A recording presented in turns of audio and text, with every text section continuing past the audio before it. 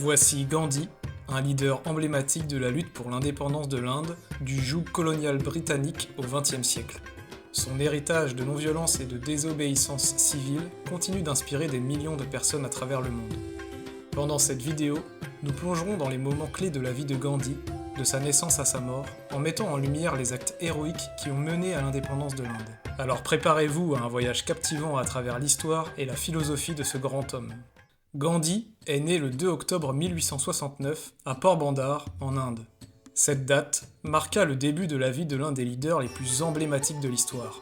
Élevé dans une famille modeste, Gandhi a grandi avec des valeurs telles que la tolérance, la non-violence et la frugalité, qui allaient devenir des piliers de sa philosophie plus tard dans sa vie.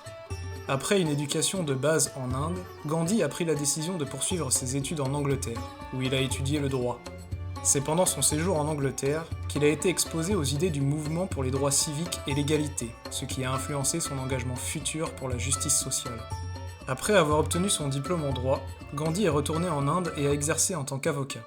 Mais il a rapidement ressenti l'appel à s'engager activement dans la lutte pour l'indépendance de l'Inde. L'enfance et la formation de Gandhi ont joué un rôle crucial dans la formation de sa personnalité et de sa vision. Ses premières expériences ont semé les graines de sa lutte pour la justice, la paix et l'indépendance, qui allait marquer l'histoire de l'Inde et du monde. La période de la vie de Gandhi en Afrique du Sud a été un tournant majeur dans sa quête pour la justice et l'égalité. Après avoir étudié en Angleterre, Gandhi a déménagé en Afrique du Sud en 1893 pour travailler en tant qu'avocat.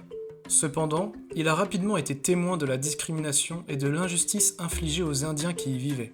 Cela l'a poussé à commencer sa lutte pour les droits des Indiens en Afrique du Sud. Durant cette période, Gandhi a développé le concept de la résistance non violente, connu sous le nom de Satyagraha. Cette approche novatrice consistait à lutter contre l'injustice en refusant la violence, en pratiquant la désobéissance civile et en recherchant la vérité. La philosophie de Satyagraha a transformé Gandhi en un leader charismatique, capable de mobiliser des milliers de personnes dans les campagnes pacifiques pour les droits des Indiens en Afrique du Sud.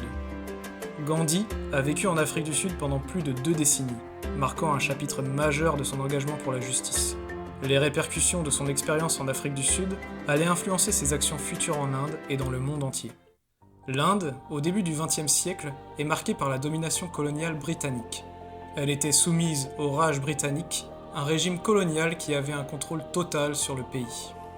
Une forte exploitation économique, sociale et politique est subie par les Indiens sous le joug britannique. Malgré la guerre, Gandhi reçut un appel de l'Inde pour soutenir la lutte pour l'indépendance. Il décida de quitter l'Afrique du Sud, où il avait mené des campagnes pour les droits des Indiens, pour répondre à cet appel. Le 9 janvier 1915, Gandhi débarqua à Bombay, marquant son retour en Inde après de nombreuses années d'absence. Sa présence suscita un grand enthousiasme parmi le peuple indien. Gandhi avait pour objectif de lancer une campagne de désobéissance civile non violente pour obtenir l'indépendance de l'Inde. Il souhaitait unir les différentes communautés religieuses et ethniques du pays dans cette lutte. Dès son retour, Gandhi commença à voyager à travers l'Inde, mobilisant les masses, prêchant l'unité, l'harmonie et la non-violence. Gandhi était déjà un leader respecté pour sa lutte en faveur des droits des Indiens en Afrique du Sud, mais son retour en Inde marqua un tournant majeur. Il comprit que la lutte pour l'indépendance nécessitait une direction politique et un engagement dans un parti qui représenterait les aspirations du peuple indien. C'est ainsi qu'il rejoignit rapidement le Congrès national indien, le parti politique majeur qui militait pour l'indépendance de l'Inde. Gandhi était déterminé à utiliser la non-violence comme arme principale dans cette lutte, une philosophie qu'il avait développée en Afrique du Sud, connue sous le nom de Satyagraha. Au sein du Congrès, Gandhi s'entoura de dirigeants emblématiques, tels que Jawaharlal Nehru, Sardar Patel et Rajendra Prasad. Gandhi devint rapidement une figure centrale de la lutte pour l'indépendance de l'Inde, et son adhésion au Congrès symbolisa l'union de la lutte politique et de la philosophie de la non-violence. Cet engagement politique marqua le début d'une nouvelle ère dans la quête de l'Inde pour sa liberté. Il a rapidement mis la Satyagraha en pratique en lançant plusieurs campagnes de désobéissance civile. 2 des premières campagnes majeures étaient le mouvement Champaran en 1917 et le mouvement Kheda en 1918. Dans le premier mouvement, Gandhi s'est rendu dans la région de Champaran, où les fermiers étaient contraints de cultiver de l'indigo et étaient soumis à des impôts oppressifs. Gandhi a organisé des manifestations pacifiques et des grèves de la faim pour soutenir les fermiers opprimés. Dans le mouvement Kheda, il s'est opposé aux impôts excessifs imposés par les Britanniques, incitant les fermiers à refuser de payer les impôts et à lancer des manifestations de masse. Ces premières campagnes de désobéissance civile ont montré au peuple indien la puissance de la résistance non violente. Ces campagnes ont jeté les bases de la lutte ultérieure pour l'indépendance de l'Inde et ont établi Gandhi comme le champion de la Satyagraha, une philosophie qui allait façonner le cours de l'histoire indienne. La marche du sel de 1930 est un moment incontournable de l'histoire de la lutte pour l'indépendance de l'Inde.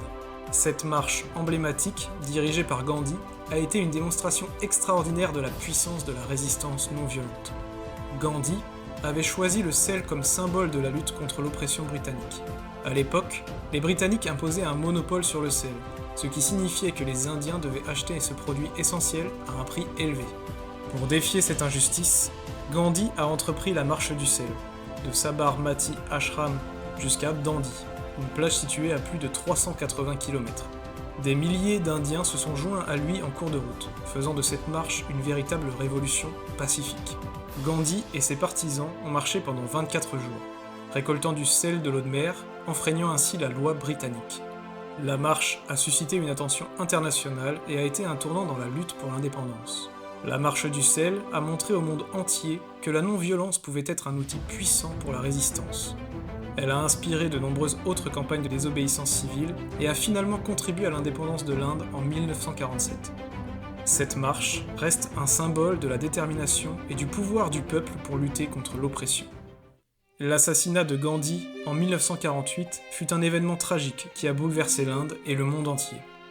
Gandhi, le leader de la lutte pour l'indépendance de l'Inde, était devenu une icône de la non-violence et de la paix. Le 30 janvier 1948, alors qu'il se rendait à une prière publique à Delhi, Gandhi a été abattu par Nathuram Godse, un extrémiste hindou. Les tirs de Godse ont mis fin à sa vie, mais sa philosophie de la non-violence et son message de tolérance ont continué à inspirer des générations entières. L'assassinat de Gandhi a eu un impact profond sur l'Inde et a suscité une onde de choc à travers le monde. Des millions de personnes ont pleuré la perte de leur leader bien-aimé. Cet acte de violence a également mis en évidence les tensions religieuses qui persistaient en Inde après l'indépendance, soulignant la nécessité d'une coexistence pacifique entre les différentes communautés. Gandhi est décédé, mais son héritage perdure. Son engagement envers la non-violence et son rêve d'une Inde unie et harmonieuse demeurent des sources d'inspiration pour les personnes du monde entier. Son assassinat a marqué la fin de sa vie, mais le début d'une légende qui continue de briller comme un symbole de la lutte pour la justice et la paix. Et vous, quel est votre avis? Partagez-le dans les commentaires. N'oubliez pas de liker cette vidéo et de vous abonner pour plus de récits captivants et terrifiants. Merci de m'avoir rejoint aujourd'hui, et à bientôt!